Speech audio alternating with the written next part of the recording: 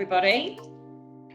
Thanks for joining us this morning for the fifth instalment of our C-Suite series, the changing landscape of regulations within EMI and crypto institutions. It's a very topical subject, as I'm sure you'll all agree, and one we felt quite a pertinent discussion given the current economic situation.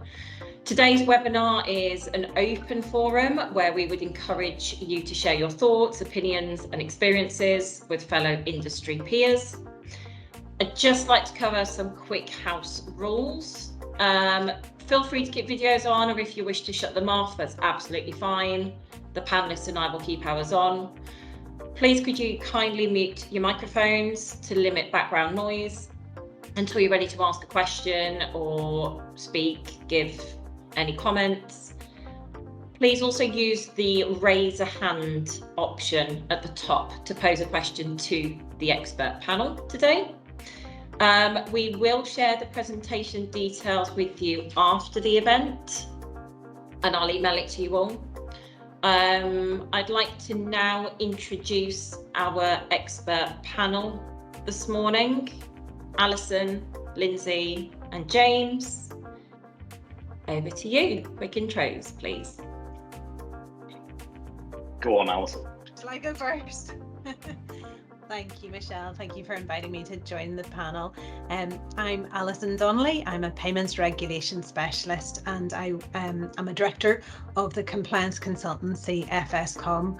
We help firms going into payments, e-money, crypto, some other areas, to understand whether they need to get authorised or registered, and then we'll help them through that process, and then we'll help them to stay in compliance with the rules by giving them advice and helping them with audits, that kind of thing. I've been with FSCom for the last 8 or 9 years, so I've worked with a broad number of firms in the sector, got quite a few notable ones authorised.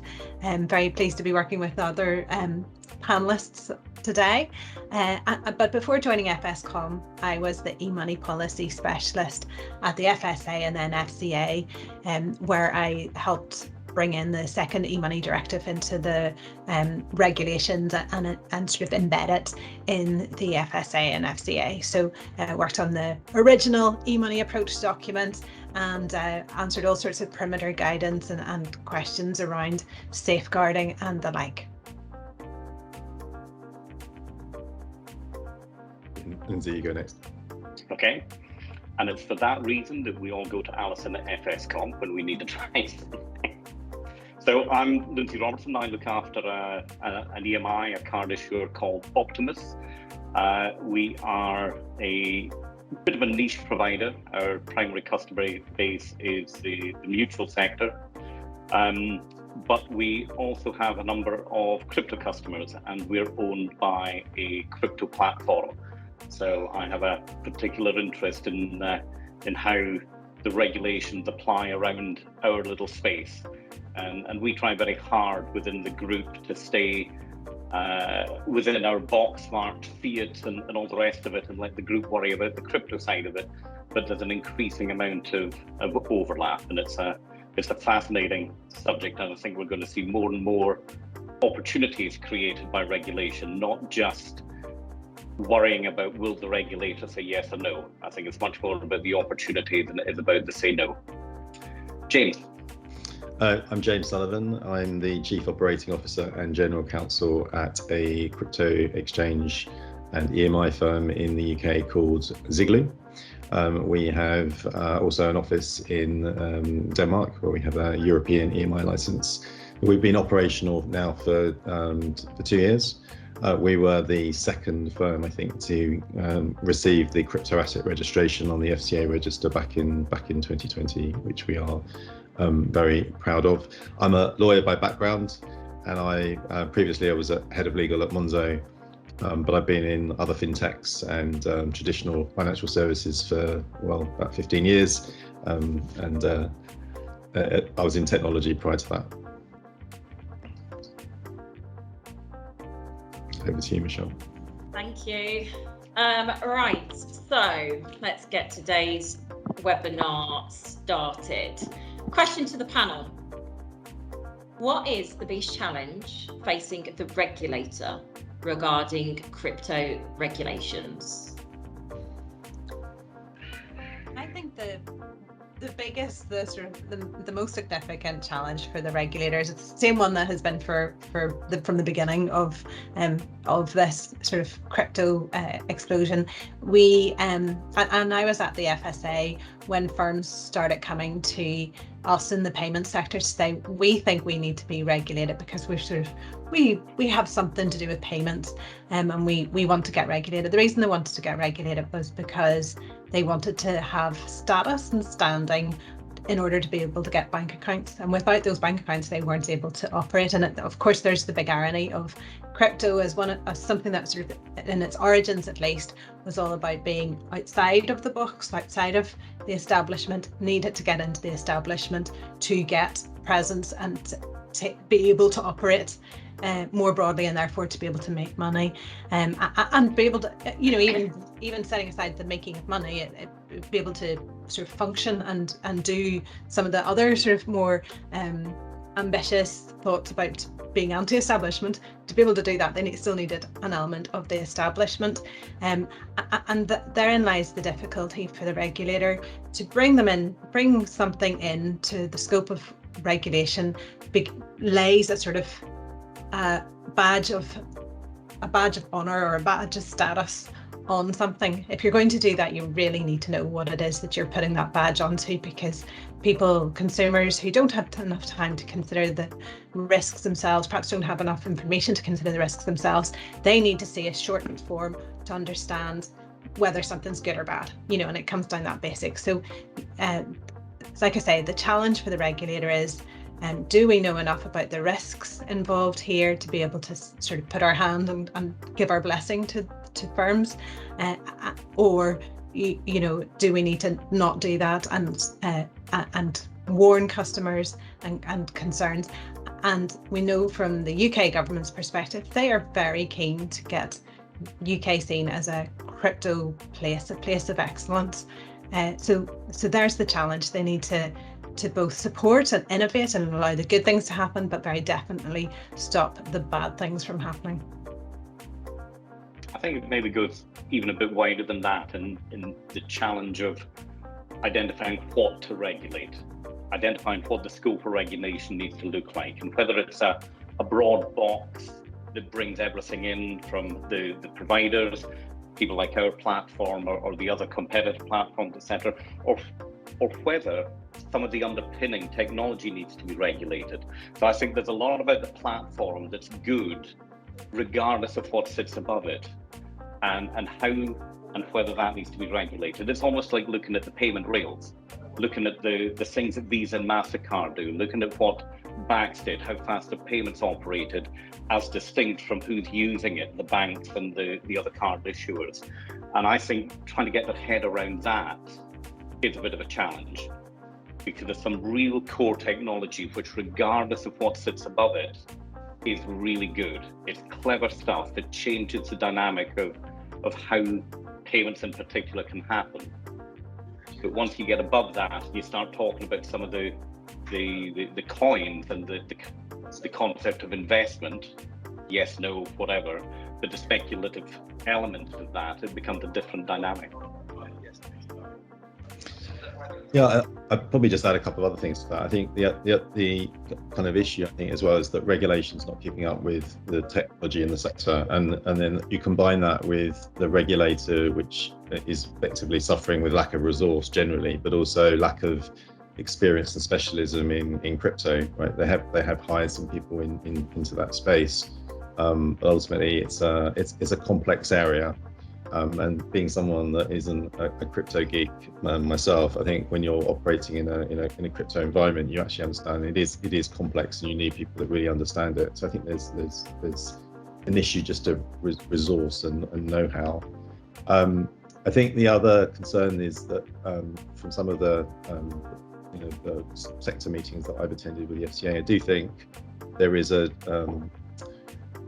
a concern about how you balance the regulation of the sector in the UK, for example, in the market, while recognising that it's going to be very difficult to regulate the sector internationally, right? So you could end up imposing a whole load of regulation that makes it difficult for the sector participants in the UK, but actually doesn't really address consumer harm, because the likes of Binance and others can still provide services to consumers in the UK. So I do think that is a concern. Whether that will actually, determine how they impose regulation, I don't know. But I do think they recognise that is a conundrum, and perhaps a particular conundrum for the crypto sector, and perhaps not so much in other traditional financial services. I also think they see. The regulator sees crypto from an investment perspective as a purely speculative investment, that it's high risk, that it's akin to gambling. I think they have this conundrum as to what extent regulators should step in and prevent consumers from doing things that they want to do, right? So, should it just be about information and giving a whole load of risk warnings and ensuring consumers understand the decisions they're taking, rather than stepping in and actually regulating the activity of investing in crypto assets? I think they're kind of still trying to get around that quite philosophical, existential problem. And that's why I think there needs to be a bit of separation between the infrastructure and the activity. And if you look across the Atlantic, we've got our friends in the US, and this is some of the rumor and speculation coming out of the SEC around the XRP, this idea that the US will take responsibility for regulating all of Ethereum, for example. It's like, hang on a minute, how did we get from A to B? And it feels like going back 20 years when our friends over there went, and we're going to take control of the internet, and everybody else will then jump on behind. And I think it fails to recognize the sovereign nature of individual countries and territories, whether that's the UK on a standalone basis, or Europe on a collective basis, or anywhere else. And I suspect the regulators haven't got their heads around how to work together on that. And where, things like the EBA, etc., there was a very strong collective view of how we regulate e-money and how we might work together and push that kind of thing out. I think we're still getting to that in the crypto space. The point you mentioned, and it's so interesting, isn't it? Because there's the as you say, Lindsay, there's the two sort of angles, and James, you said this too, the two angles in terms of the speculation, the speculative investment side, and then there's the channel where we can see it being used to move money around the world efficiently, effectively, and there's so much attraction around that side. But James, you mentioned the knowledge and insight in the regulator and in firms themselves, and I think that's a really important point as well. It's still relatively new, and people who profess to be very knowledgeable in certain areas may not be knowledgeable in the whole piece, and the regulator has to attract people into it as a business or as a organization that has to be able to understand what's going on, really be able to keep up with the changes in the movement, and then the firms that need to get registered also need to bring in people who have experience and skills, and actually that pool of potential candidates is very small, so there's a huge demand for those people, and there's not enough to go around. And it's a bit like the police trying to investigate fraud in this space. There's not enough experience to be able to sit on either side of the fence, either to be the firm that's trying to be regulated and to innovate and go up, and there's not enough experience coming down from above to be able to say, well, that's a good idea, that's not. It's very easy, I suspect, to bamboozle people by talking in big words about clever things and level 1, 2, 3 blockchains and bridges and all the rest of it. And it's very easy to get lost in the middle of it and what's actually happening and where the real risk and exposure lies. So, at the end of the day, the regulator's there to protect. In my view, it's fundamentally there to protect the environment, not just the consumer, but the environment. They're not there to prevent, apart from the really dodgy stuff. They're not there to encourage or approve or to put a an imprimatur on it that says, we have authorised, therefore this is good. They're there to provide an environment of structure that says, these people seem to do the right things, and we will monitor and observe and make sure that they continue to do the right things. But it's changing so fast, it's very difficult to stay on top of what the right thing is today, let alone next week. That leads into our kind of next question. When we talk about the regulator, how do they define what they want to explore beyond what is set out as a registration regime? So any thoughts on that, guys? Well, I think, as I sort of said before, I think their primary goal is to protect consumers from harm. I think that's their real driver at the moment. And I mean, clearly we've seen, to your point, Lindsay, around and Alison, around sort of splitting out the use case for the technology to use crypto as a means of payment. They've obviously kind of focused on that initially, so they will be tackling digital assets, which are a form of payment instrument, by effectively regulating it as e-money, which seems extremely sensible in my view.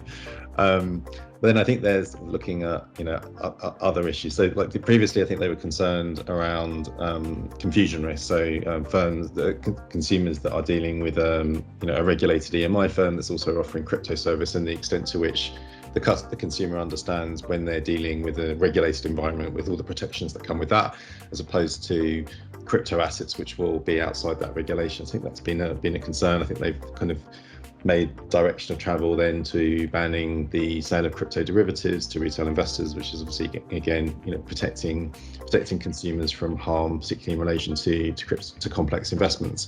But obviously the next step for the regulator is now on the marketing of crypto assets to consumers. And so there's obviously, as I'm sure many of you. You've hit the mute button, Jim. Sorry. Yeah, sorry. So the next step is marketing regulating the marketing of crypto assets to consumers. We've seen some consultation around that, and obviously something that's being implemented at the beginning of next year. We obviously are waiting for the guidance for how that will apply to crypto assets, but I think we've seen how it's going to apply to other high risk assets. I think we've got a sort of sense of what's going to be involved. So we're going to see lots of high risk warnings, take 2 minutes to learn more, appropriateness testing, cooling off periods, basically just imposing a whole load of friction in the journey. I think which is great, but I don't think that's fundamentally going to address the underlying concern about consumer harm. I think people will just kind of, people that want to get through that will just click their way through. That's my view. I think one of the biggest challenges for the regulator is staying ahead, trying to understand where innovation is coming from. It's difficult enough for a well-capitalized crypto firm to attract from that small talent pool and pay the price that the people want on the bleeding edge of crypto and the technology that underpins it. And I think for the regulator, trying to stay not one step ahead, but just a few steps behind, and then trying to regulate forward from that basis is a bit of a killer for them. With the best will in the world, the regulator is a government organisation. It's restricted by civil service pay grades, etc. And it's very difficult to try and compete in that space when some crazy crypto firm is offering a couple of $100,000 for somebody to come in and on the odd Tuesday every other month with a cup of coffee, with a purple cup, obviously, and think about what the future is going to be. So how do you square that? How do you compete in that market to bring in the best and the brightest, the people who understand enough about where the market is going to be able to regulate it? And I've no idea what the solution to that is. It's a really big challenge, isn't it? And what I think is quite interesting is until we had the registration regime for cryptos, we didn't really get a sense of how where the FCA really was on cryptos. And then we've got to understand that they are really hard on cryptos. They are taking every opportunity to trawl through those applications in great level of detail. It's interesting that elsewhere in Europe, there's some places where to satisfy the money laundering supervision obligations, you just let them know that you're present in the country and maybe a few pertinent details about name and address and company registration number, that sort of thing, and you're on the list. Whereas the FCA and many other regulators have really taken the opportunity to not just investigate whether the firms have been complying with the money laundering obligations that they should have been for a few years. These are the ones that were pre-existing, but also to understand their governance structure, their financial forecasts, their IT systems. All good questions, but more than just perhaps what you could have narrowly interpreted under the money laundering supervisions. And of course, then they found when they lifted up the blanket or the rug that actually there was a lot not right, and we saw the very long list of firms waiting to get approved, and then that whittling down to the very few. So all due respect to those that have got through this, it has been a forensic exercise, but it goes to show the deep concern. Well, obviously there was a validation to the deep concern in that so many didn't do the AML obligations that they were meant to be doing, and I think those of us who've seen some of those firms know exactly what that means. But the deep concern, and they're pursuing that any firm applying with any touching on crypto at all is going to get a real grilling. But arguably they go a little bit too far. And it's a difficult challenge. Okay, we've got that spectrum of, show me a brass plate, there's a couple of bodies on the ground in country, and you're good to go. Okay, register and off you go. And then you've got the, shall we say, the slightly more challenging and interested in what's happening approach from our friends at the FCA, which takes a point in time, but also goes way, way back into history. And if we think about crypto 5-6 years ago, it was the Wild West. And there probably wasn't the same degree of rigor that goes into who is my customer today. And I'm not convinced there was enough recognition that efforts were taken to clean up books. But the point in time, looking forward, that was then. We've done all of that, but you still want to give me a black mark in the tick list for something that happened at the back end of 2018. But we did that. We cleared it all out. We binned those customers. We no longer deal with Saddam Hussein or young Mr. Putin or whatever. But there's that. Yes, but you did. Back then, you didn't check. No, this is where we are now. This is how we apply going forward. But I think it's very difficult. How do you actually get that balance right? Because you sure as hell don't want to be over here. Send me a letter with an address on it and you're good to go. But not recognizing the journey that people have taken, I think, is possibly a little bit too far. And it leads to an important point, Lindsay, about it can feel that the FCA is looking to make examples of firms rather than, and by nature of that's only ever going to be certain ones. It's going to be the ones that just happen to sort of say the wrong thing on the wrong day, whereas there's been a lot more grace applied to many other sectors in financial services to allow them to get to that point of maturity. I mean, the e-money and payments sector itself is, more than 10 years old now.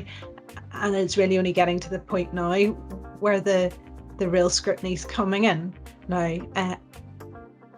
It's another matter as to, I think that's a telling factor in the FCA's outlook.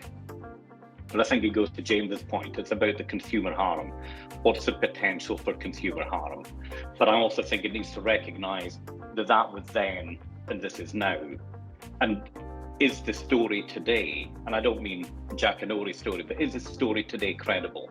Can you demonstrate that this is actually how it happened? If we were to walk in and knock on the door tomorrow and say, show me, would you be doing what you said you're doing?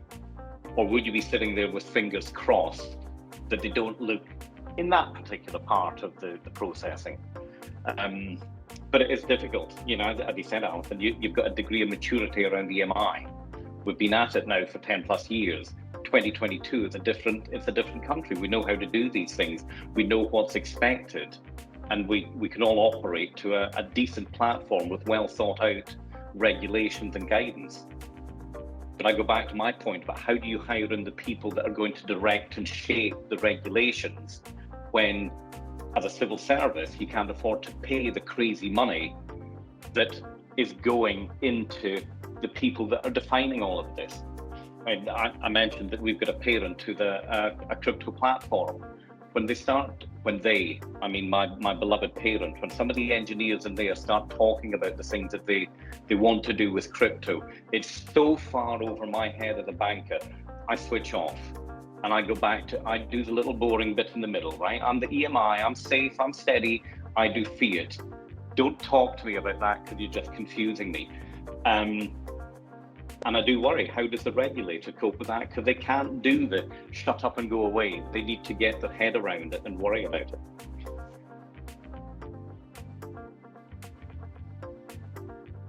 That probably leads into our next couple of questions. We've kind of rolled a few of these into one through that discussion. Thank you all.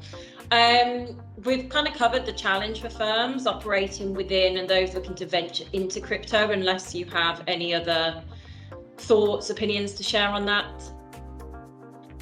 No. Okay, so are cryptos an investment? Thoughts? Nah. Trust you to be I suppose is what I think that sorry, I think the question is what's an investment, right? I think the people that are challenge whether crypto is an investment kind of talk about, well, there's nothing behind it, right? It's not a real asset. But investments are not always real assets, right? They're not always a security or a real world asset. I think we've got they're certainly a volatile asset class for sure. Many of them, as I'm sure many of us have experienced this year. But I don't think the volatility or the fact that there is not a real asset that sits behind a crypto asset, it means that it's not an investment. I would go further. I think it's much more of a gamble. I would hesitate to put my pension, for example, anywhere near crypto assets. I would be deeply worried looking at the state of all of the crypto movements over the last year. Last year I'd have been dancing. It's like, here we go. I'm retiring tomorrow, thank you very much. But this year I'd be worrying about still working to 70.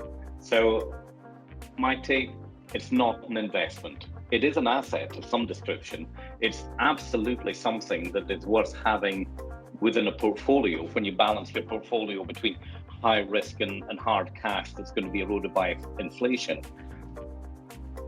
But as you said, James, define investment class, put it somewhere, worry about it in a different way, do the research, take the bet. But for me, and I'm not a fundamentals investor, but there are no fundamentals to it. You can't play the chartist game and go, well, here's the scenarios under which this will grow or won't grow, because it's the whim of the market.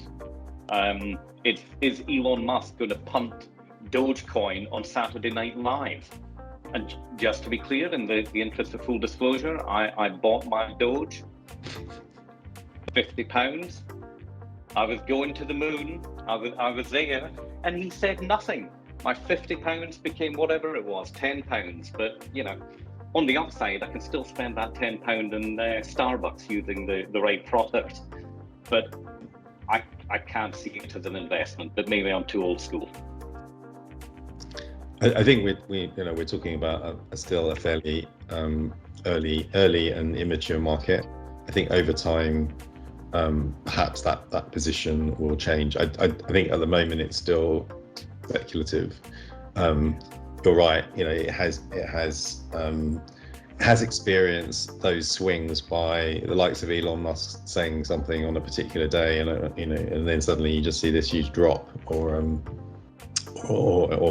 upswing if he's buying that day, or there is a change in the Chinese government or Russia. Like, you actually experience those swings much faster. I would kind of argue that is one of its benefits if you're closely monitoring it. The opportunity for the volatility actually is, I think, potentially attractive. I think from a market participant perspective, the worst scenario is a flat market. Actually, that's when people are not trading, and that's agreed. Those are bad days. I agree 100%. So, in the parents' game, the trading platform, it's all about volatility. People want to buy on the up, they want to sell before it goes down, and our parent makes money on the trade, not on the underlying asset or investment. And you're bang on in a flat market, and we're in a flat market right now. People are far too nervous to do anything. We're sitting there wondering which way it's going to go tomorrow. And the problem with the external events, be that China or disasters in Ukraine, etc., with Russia rolling into there, people can't anticipate. They can't place a bet in the hope it's going to go up or short it on the way down, and they're just staying out of the market and it stays flat. There was a question suddenly popped up. I couldn't see all of it. Could you see it, Michelle? I couldn't actually. I can open it quickly. Here we go. From Ali. Does anybody know why the FCA have taken the approach of treating 5 MLD registration akin to an application for EMI authorization? I think we probably tackled that in respect of the sort of scrutiny that the FCA is deemed to be necessary because of the potential risks that's in the risk that they found when they've looked at firms' processes to deal with, to detect and deter money laundering, and found many wanting, so that there needed to be a strong focus there. And then the consumer risks, because, as you're saying, the volatility, very exciting for some people, but where do we stand on the level of responsibility that firms have in terms of assessing whether this is a good, informed decision, a risk-free or at least understood acceptance of risk process or not. And I think the bringing together of e-money and crypto, which is really about, in some cases, just the pure functionality of making it easier for people to buy crypto at the price that they want to buy it at, so that by the time the money comes in from another provider, the deal's moved on. To avoid that, it's all about making it smoother and quicker. But then that brings in risks for customers who perhaps are being lured in and not really understanding what they're getting into. And that is a big challenge both for the regulator and for the firms involved in it, as to where they see their level of responsibility resting. I think that responsibility is a really good word to use. I think we see it less in the UK than we do in the US, but we've seen some horrendous stories coming out of the US where people have put their life savings into crypto and trading stocks as well, with no real understanding of what it is they're putting money into. They've just seen the report on Reddit or whatever that Fred made 150% by sticking £500 into, I don't know, some dodgy stock like GameStop, or Bitcoin last week, or Dogecoin because Elon said something, and it's boom, I'm going to put my 10,000 US life savings in there, and it all goes to hell. And there's clearly no responsibility on the part of the investor. They are entirely blameless, except they're not. But where are they getting that information from? And I can understand why the regulator wants to try and squeeze that a little bit, or a lot, to try and take out the scare stories, the put your money in now or lose out, or trade with us and you'll get 100% return, etc. So I can absolutely understand why the regulator wants to bring that in. And I think we're lucky in the UK, and I'd never sort of say that in the context of the FCA, but hey ho, we're lucky in the UK that we actually have a strong regulator, a fairly sensible regulator, who's actually prepared to engage with firms and not just to issue diktats about how we do things. I feel there's a lot of give and take, as long as we stay within the box, but we have the consultations to get to regulation. And then we have the firm to FCA conversation about what we could do, should do, might do. And actually, until you get to the outliers, the people that are going to break the rules anyway, the majority do the damnedest to stay within a regime that's been well defined. I don't feel that's the case everywhere. I think the challenge though is, and I completely agree with that. If you could protect consumers in a market from inbound promotion from outside that market, and the problem with social media as a platform is that ship has sailed many years ago, right? So you can clearly the direction of travel of the regulator is regulating the marketing of crypto so that people don't have those social pressures or those emotional pressures to invest. They just see a chart that goes up and it's like, right, I'm going to invest, or they don't understand the risks, they don't understand the protections that are not available, or they invest more than they can afford to lose, right? Because this is all about kind of people having information so that they may inform decisions about the risk, which is great, right? So all of the UK participants are going to be in the market will be making sure that their promotions are compliant if they can find someone to approve them, which is obviously going to be the challenge I think in 2023. But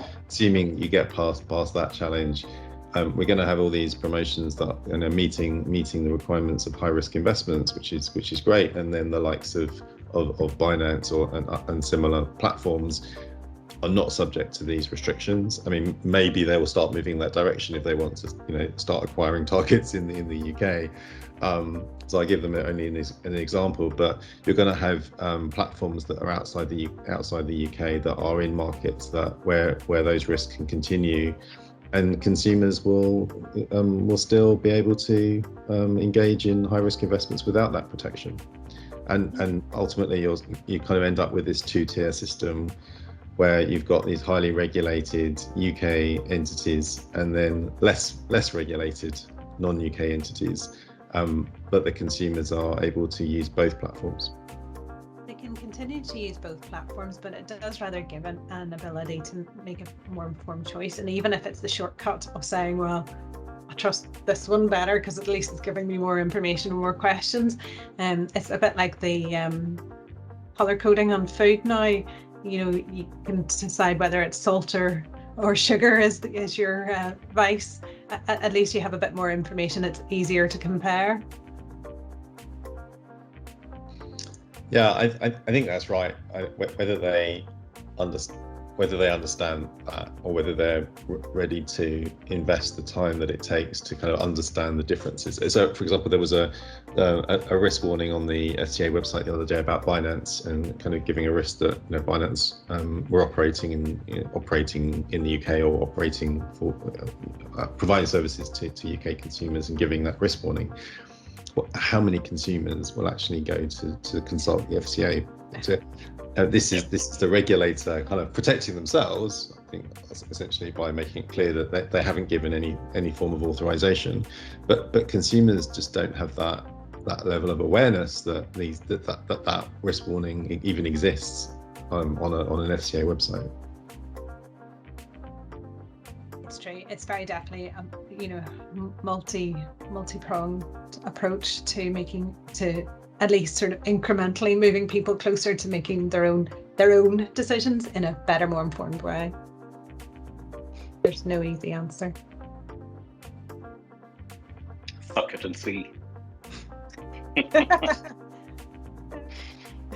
think we've kind of answered how some of the crypto firms would exploit the reg environment to create more of a platform for the future, unless anybody has any further insights or thoughts on that.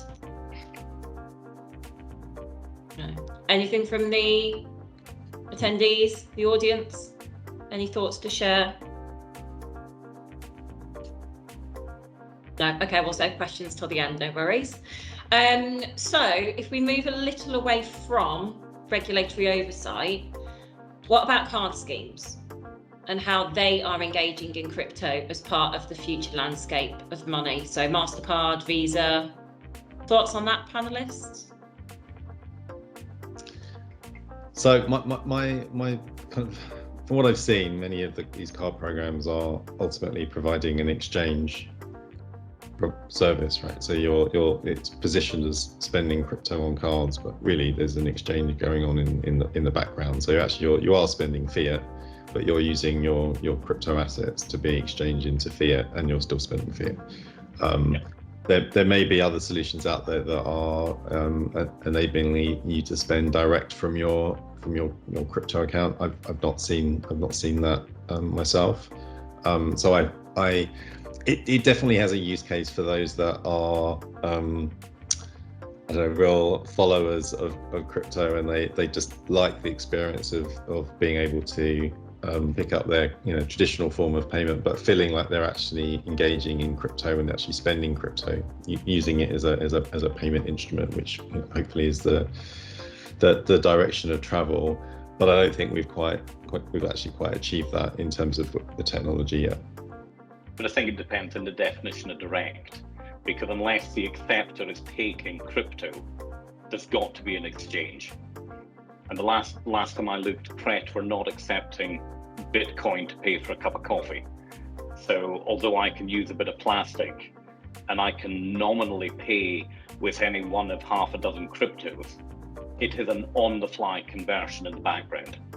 It might come out of a crypto wallet on the account, BTC, ETH, XRP, whatever, except I'm not spending that stuff. It might fall even further, or it might actually go up tomorrow. But you're right, it is an exchange in the background. I think the schemes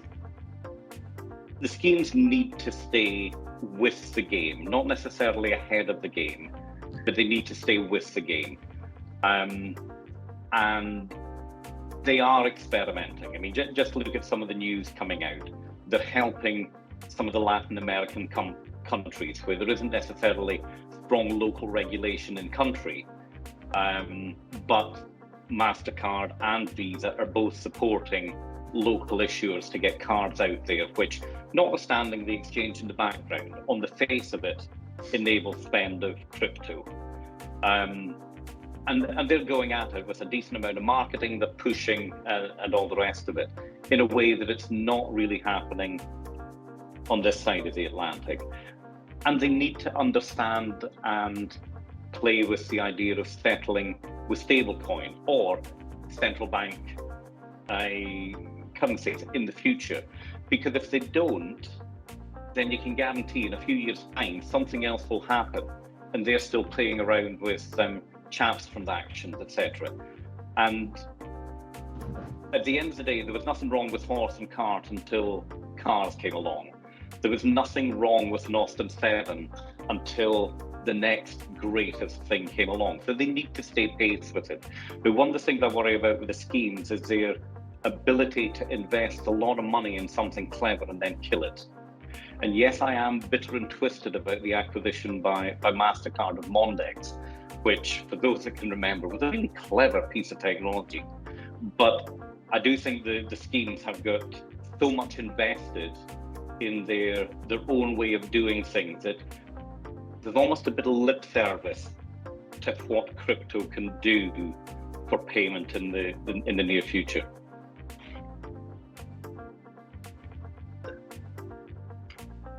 Michelle, I know that your next question is going to be about stifling competition, and that feels like a perfect segue, doesn't it? Because does regulation stifle innovation, or is it some of the big players?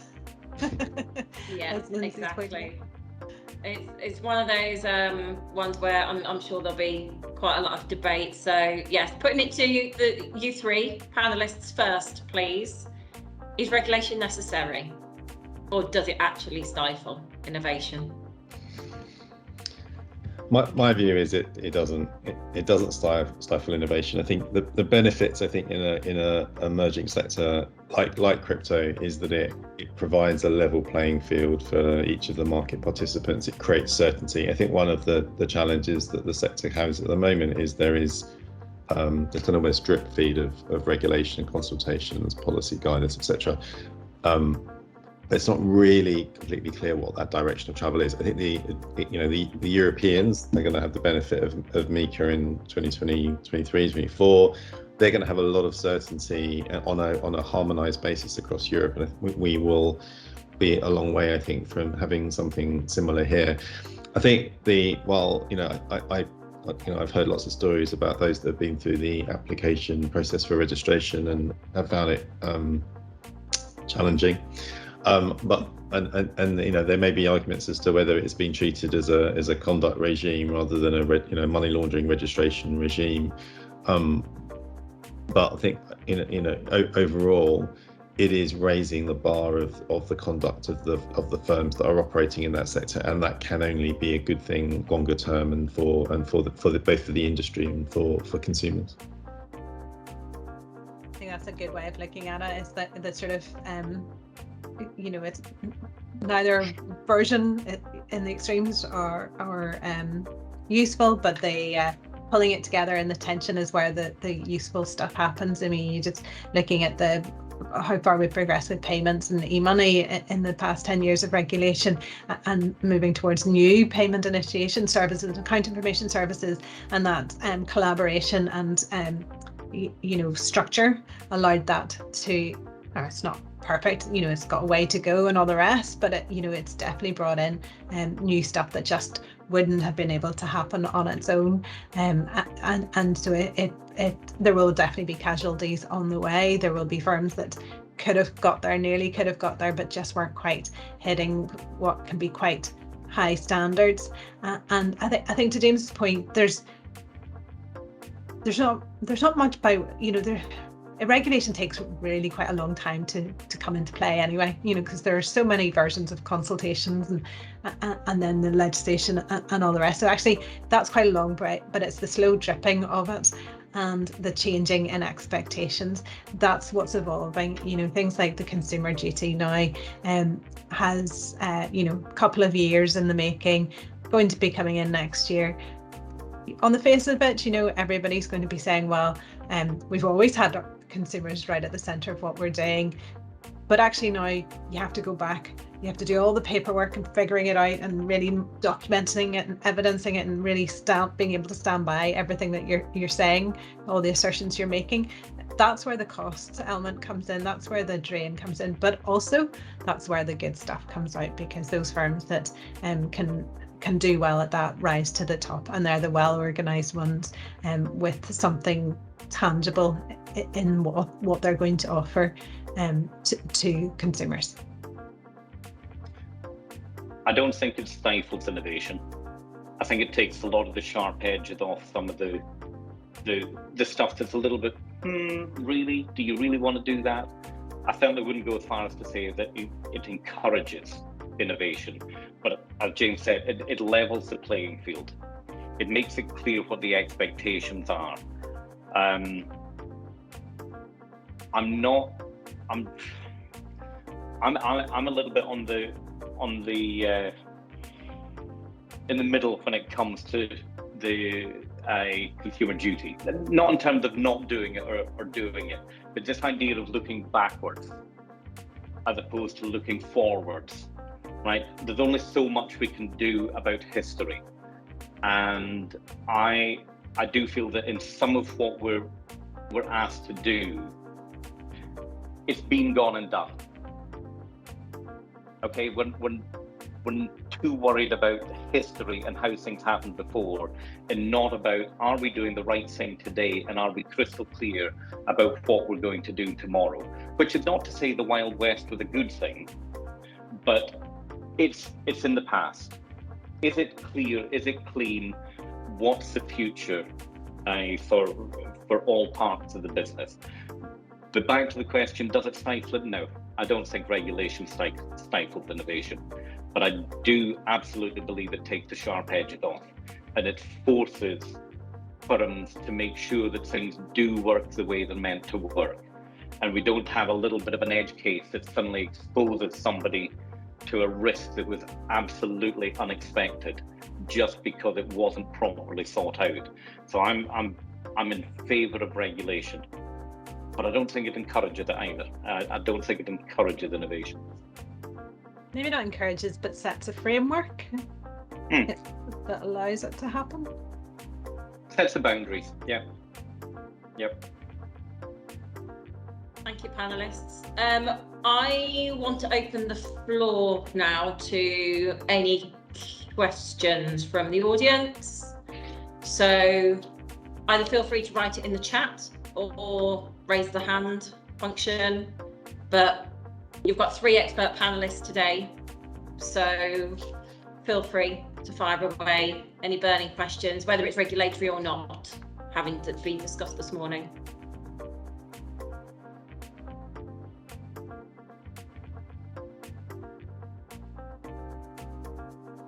Right, we have a question. Jigar?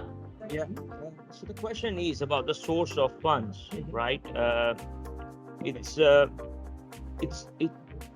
perception over here that when the money goes into the crypto and then it gets converted from one to another to third and third to fourth, we pretty much lose the whole source of funds, and which is a very important factor when for the MSBs or financial institutions to understand where the money is originated from, and to understand, what is it a clean money in the first place. So how do we come around with this issue when the investment or when the money has gone into crypto? It could be for gambling reason, it could be for investment reason, whatever the reasons are.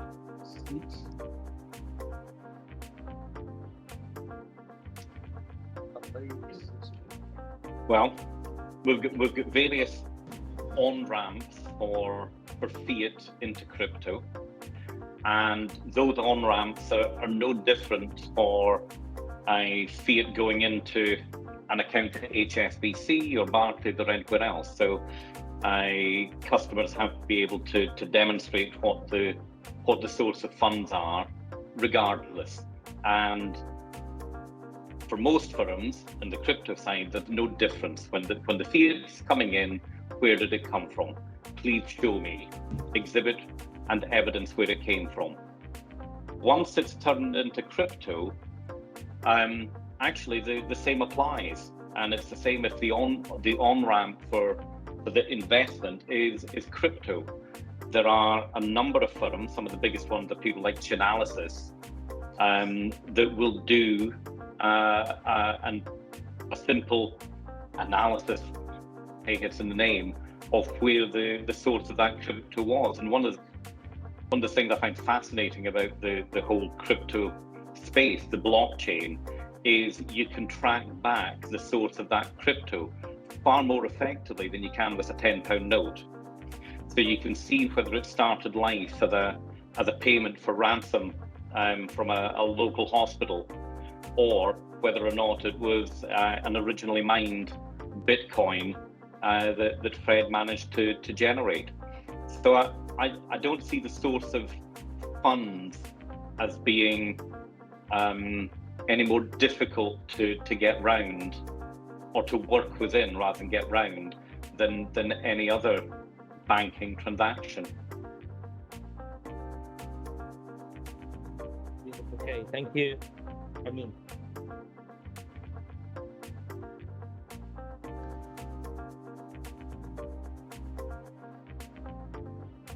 Any further questions?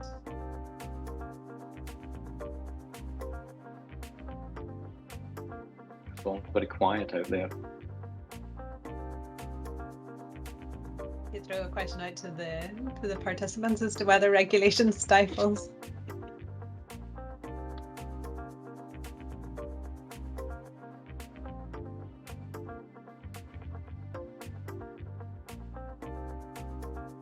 Any thoughts from the audience about that?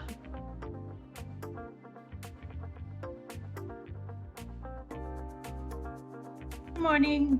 I think from everything that I've read, I agree with your comments about the technology behind crypto being the key there, that if they start looking to regulate this, that I think that's when we might find a little bit of issues.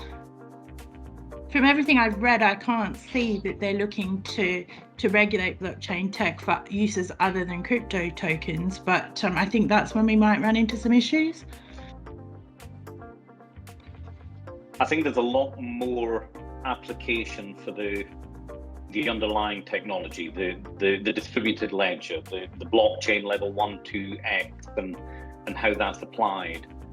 The bit that we all worry about, because it's the space we're in, is the cryptocurrency, how it floats between crypto and fiat, how the card schemes might play it. But speaking to some of the guys that we've got access to, the pure data side of it, I find fascinating. The ability to lock in data and to exploit the immutability of the blockchain, to guarantee that data, when it's on there, can't change. You've got to do something different rather than change the origination of it. And I think when we look at the regulation, what is it we would then be regulating? Is it actually just a bit of technology, or is it the principles? And I think the regulation that we're seeing is around the currency side of it, the money side of it. And I think that's right.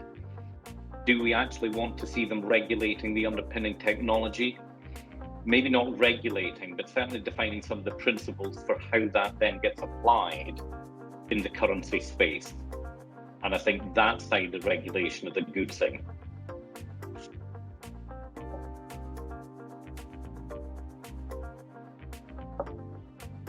Thank you, Alison, for your question. Any further questions from the audience that you'd like to pose this morning?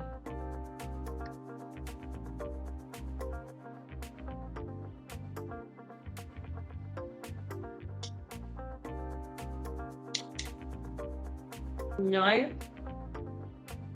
Okay. I think in that case, as this is being recorded as well, clearly I will share this with all of the participants from today, so thank you.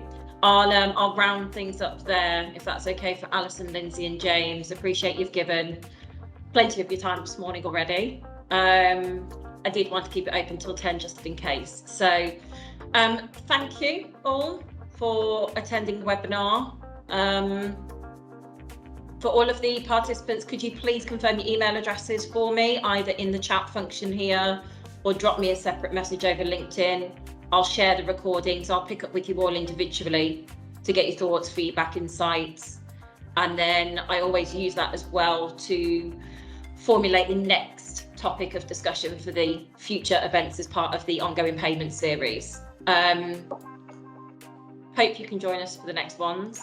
I'd like to thank Alison, Lindsay, James for taking the time this morning and lending your expert views and thoughts. So thank you all. If there is anything anybody else would like to pick up thereafter, please do email me. I can help to facilitate any introductions. This is a networking opportunity as well, so please do get in contact with me and I'll be able to put you in touch with the panelists directly. Okay. Thank you all. Have a good day. I'll see you for the next one. Thanks, everyone. Michelle, thank you, Bye-bye. everyone. Good night. All the best.